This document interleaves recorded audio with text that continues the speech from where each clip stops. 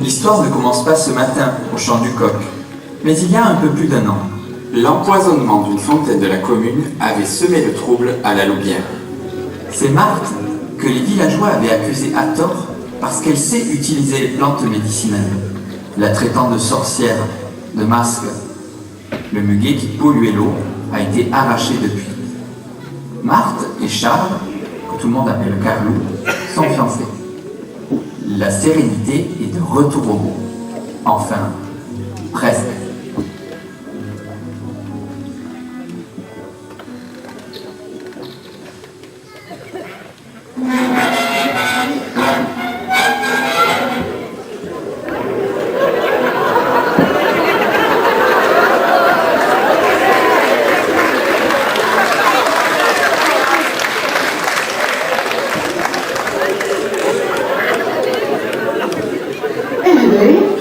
Berthe est bien matinale.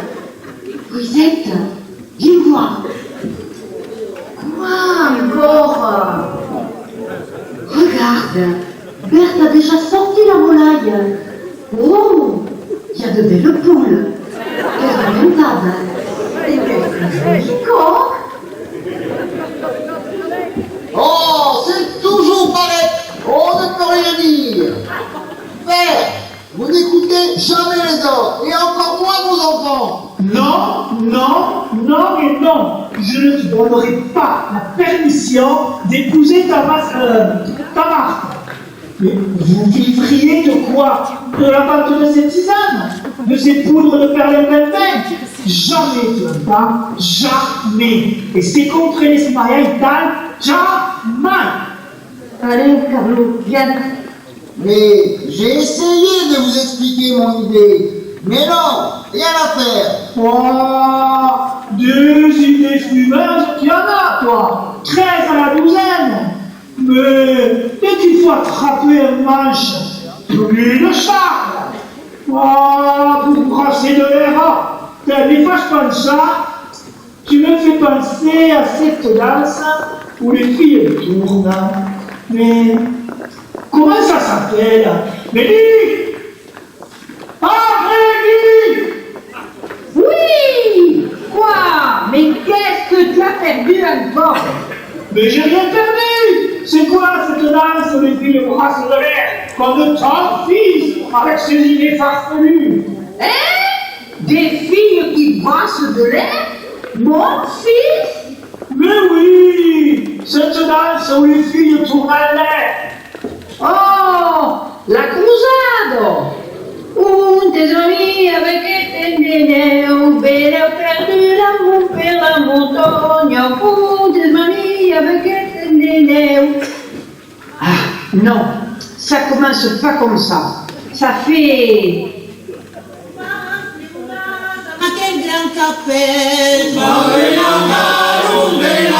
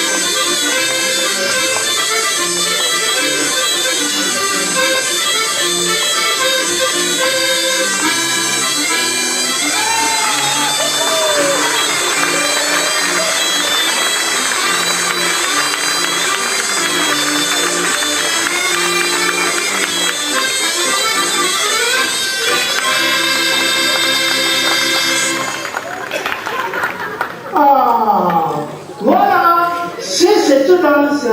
Mais il est passé où ton fils? Mon fils? Mais dis donc, c'est pas le tien aussi? Oh, mais ça reste à prouver. Et quand je vois le peu d'entrain qu'il met au travail, crois-moi, j'en doute de plus en plus. Ouh, mais tu me prends pour qui? Tu pensos pas, Saïké? Bougre de renegare.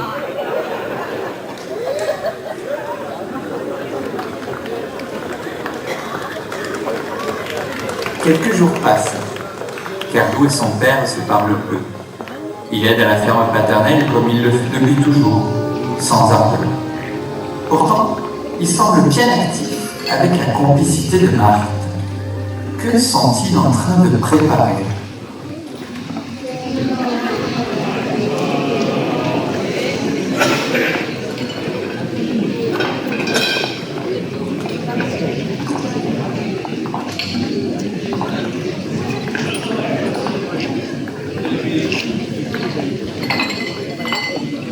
Bon, d'accord, c'est entendu pour ce bain. On fera comme ça. Marché conclu. Oh, très bien. Comme je suis contente. Nous allons à la fête à la Gère. Mais je pense qu'une autre fête se prépare ici. Une commande de bain. Ne serait-ce pas pour un banquet de noces? Et faut apposer ça. Martotte? Carlou? Ben non. Ah oui. Allez. Bravo! Vas-y, petit! Reste le deuxième tout le voisinage!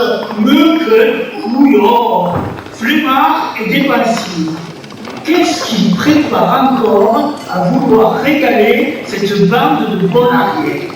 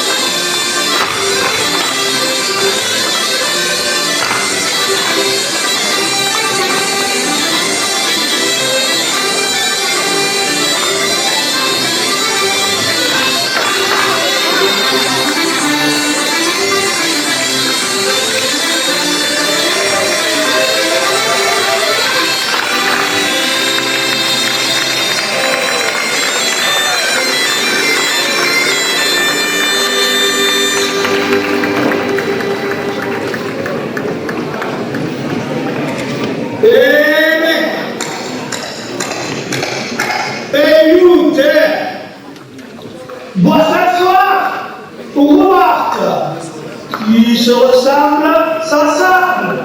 Allez, continuez la fête à la gêne. Allez, oust! Profiteurs, feignants, gardiaches, rougnaches.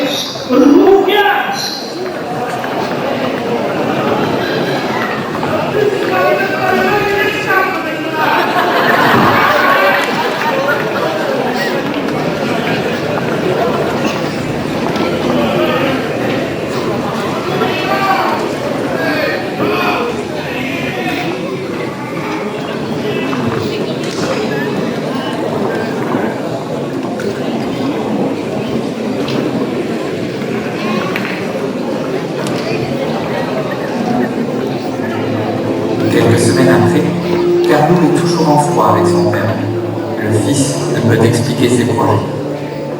Par contre, il ne voulait pas encore en parler dans le village.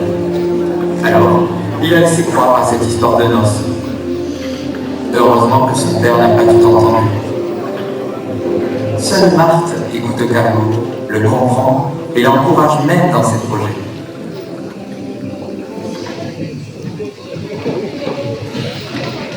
Alors, C'est bien mon cousin de là, moi. Il est d'accord pour fournir le logement. et il fera comment? Je crois que... Si vous saviez ce qui m'est arrivé ce matin. Oh, pardon. Bonjour vous deux. Figurez-vous que je gardais les oies près du ruisseau quand j'ai pris un berger, sûrement un nouveau du domaine de vous.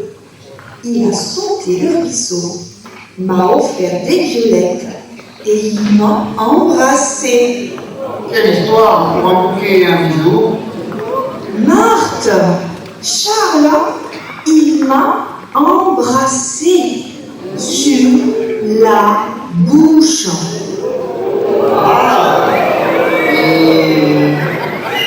Je lui ai dit d'arrêter, sinon je raconterai tout à ma mère. Si, écoutez.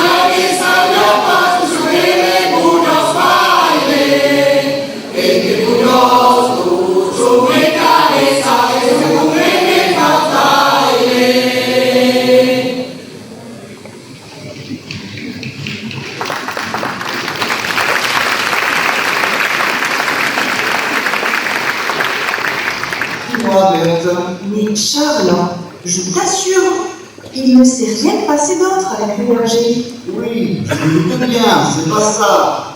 Chaque semaine, tu pourrais me vendre une douzaine de volailles. Une douzaine de volailles? Tu veux manger tout ça?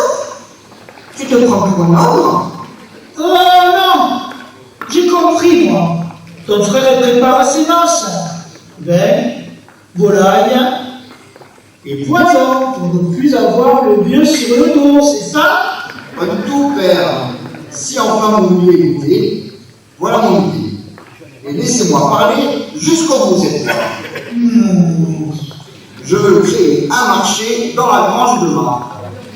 Comme une grande échoppe ouverte presque tous les jours. Marthe qui vendrait ses remèdes, ses plantes, et moi l'humain, du jambon et des volailles. C'est donc ça, la visite de ton marchand de vin? Et le jambon viendra de la conne, ton neveu le fournira. Et Berthe ses volailles. Oh, ma foi, pourquoi pas? Finalement, l'idée me paraît pas mal. Mais enfin, vous croyez que les gens viendront acheter à boire et à manger dans une grange? Tu as qu'à leur prévoir des camécous qui grandiront là et qui pousseront à bullier. Et tout ça sans voir d'autre tête que la tienne. Pouh!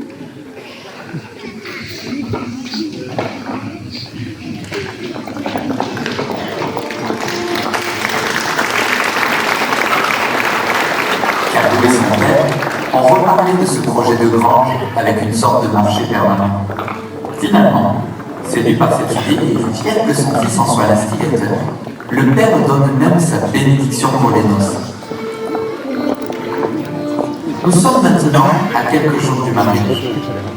Carlo et Marthe ont dit depuis un moment qu'un couple de cousins serait présent en noces, sans dire aux villageois d'où ils venaient.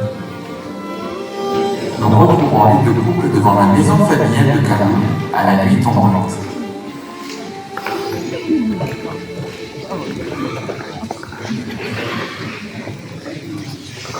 Ils ont des habits un peu bizarres, non? Ce sont des étrangers. Si on leur parle, il faudra articuler pour qu'ils comprennent. Moi, je les ai vus en passant tout à l'heure. Ça doit être des Bretons. Ah, ils sont encore dans le livre illustré sur les légendes de France qui avaient un chant. Oui, lui, il a un chapeau rond, une cornemuse. Et elle joue une espèce de trompette qui n'est pas comme les trompettes de la part de Rodolphe. Et elle porte une coiffe blanche comme un petit tuyau de poil sur la tête. Ah non, pas du tout. Oh, je pense, moi, que c'est le neveu de la mairie. Il arrive d'où?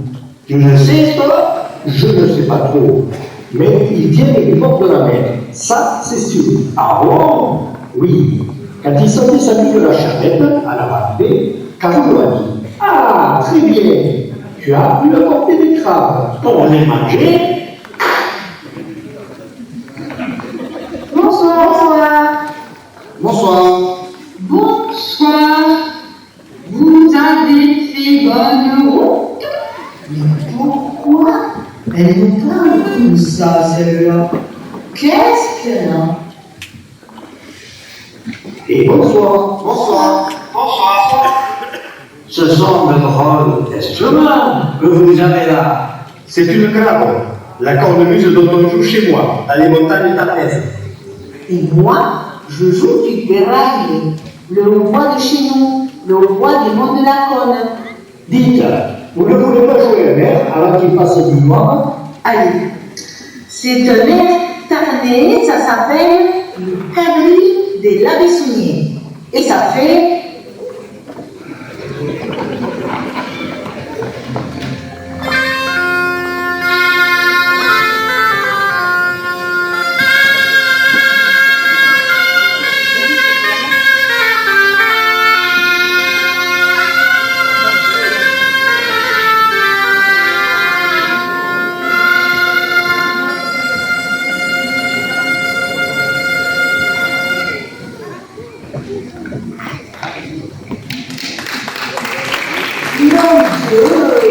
Marie-nous, mais c'est quoi tout ce chapouin?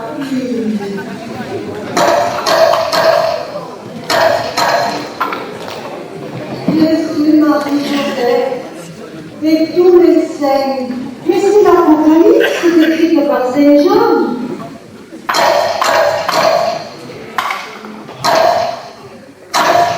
Du coup, c'est quoi avec tes sabots là? Je ne veux pas mourir de nuit. Si ça pouvait retarder la fin du monde. Tu as entendu sonner la trompette? Oui. Tu as entendu le cri du taureau, écrit par Saint Jean? Oh oui, mon Dieu. Alors, c'est la fin. Des caillounelles, je crois bien. Attends.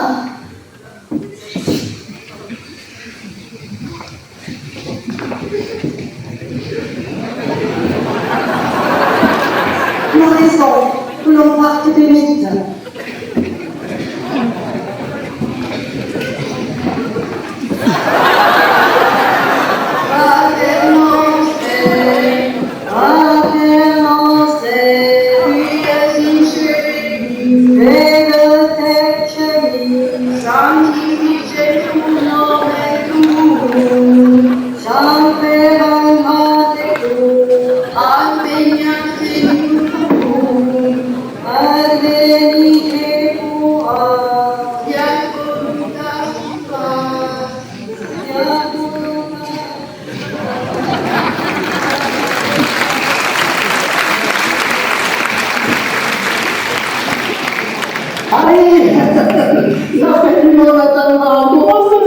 Jouez maintenant.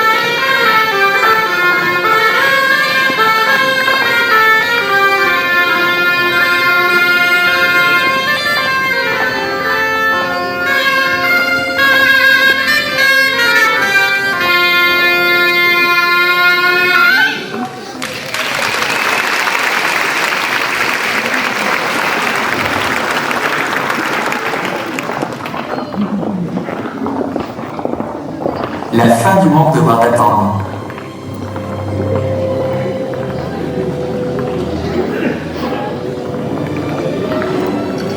La paix est bel et bien revenue dans la famille de Camille.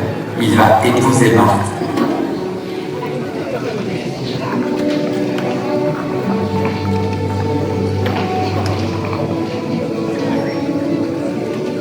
Il règne même dans tout le bourg une ambiance festive.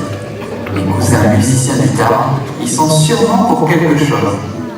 Ils échangent avec les musiciens du coin, et quand l'un d'eux annonce Like des Roses, les villageois ne résistent pas à l'envie de danser.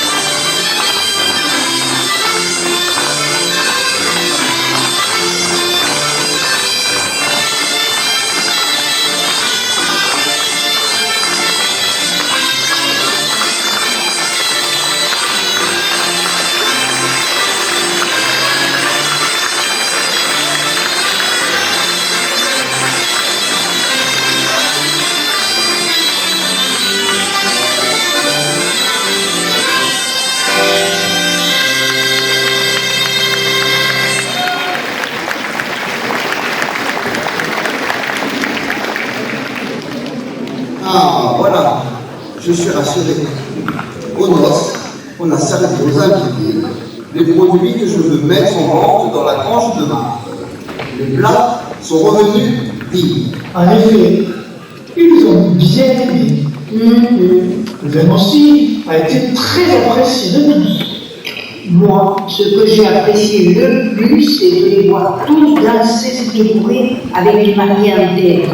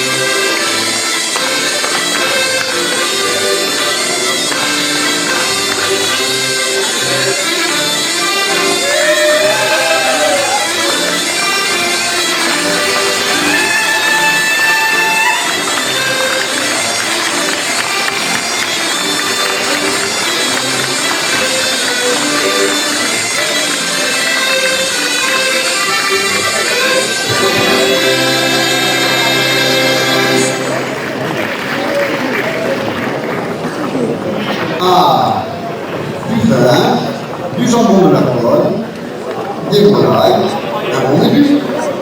Il y aura aussi des plantes et les remèdes de Marc. Je vois. Et tu comptes commencer quand? Très bientôt. Juste le temps d'aménager encore un peu la grange. Et de voir avec Berthe si elle a des volailles prêtes. J'ai déjà une idée pour d'autres choses à voir. Du lait, de la farine, vous allez voir. Alors, tu te lances dans ce drôle de commerce, mais comment vas-tu faire avec les gens qui viendront acheter à culture et ceux qui, comme Berthe, t'apporteront des produits à vendre? Oh, mais Marthe l'aidera sûrement. Ah, il faudra que je m'organise. Achat, vente, puis tout se passera comme une danse, comme un ballet. Regardez.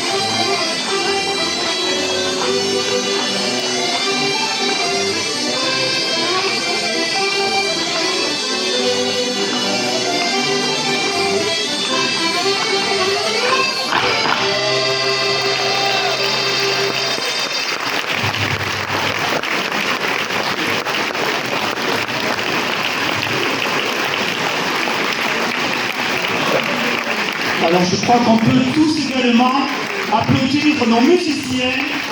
Ça est notre tradition sur le parc de la chanson.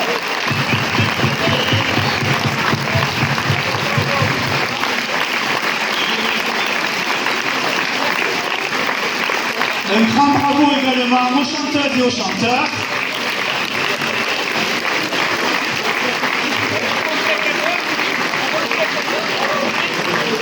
Et n'oublions pas ceux qui sont cachés derrière les rideaux, là-bas dans le coin, la régie son et lumière.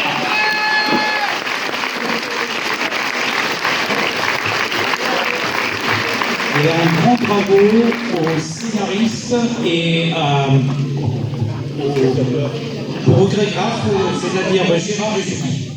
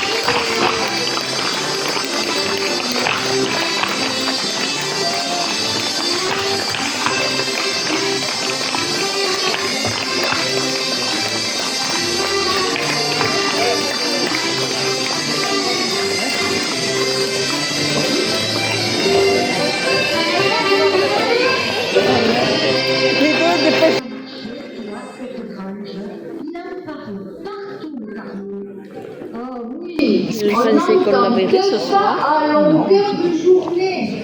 Tu crois que ce sera un bon marché? Oh oui, si c'est l'hiver, ça pourrait être un supermarché. En fait, le premier supermarché ouvrira ses portes en 1958, bien loin de la Louvière, en région parisienne. Et Carlou n'invente rien. Au Moyen-Âge, les épiceries proposaient des épices à la vente. Puis, au XIXe siècle, les épiceries se sont transformées peu à peu et l'offre alimentaire est devenue prédominante. Mais notre Carlou aura eu l'idée d'un marché pour le moins étonnant dans le bourg de la Louvière. Un drôle de marché pour des noces.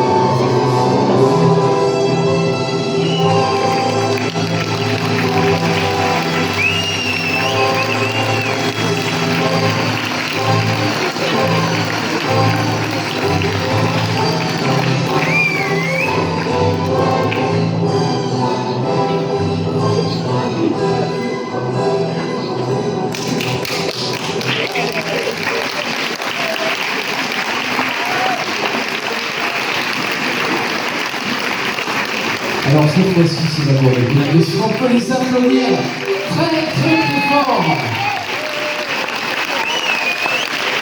Danseurs, danseuses, musiciens, musiciennes, chanteurs, chanteuses. Le groupe folklorique qui vous accueille ce soir, laisse tomber.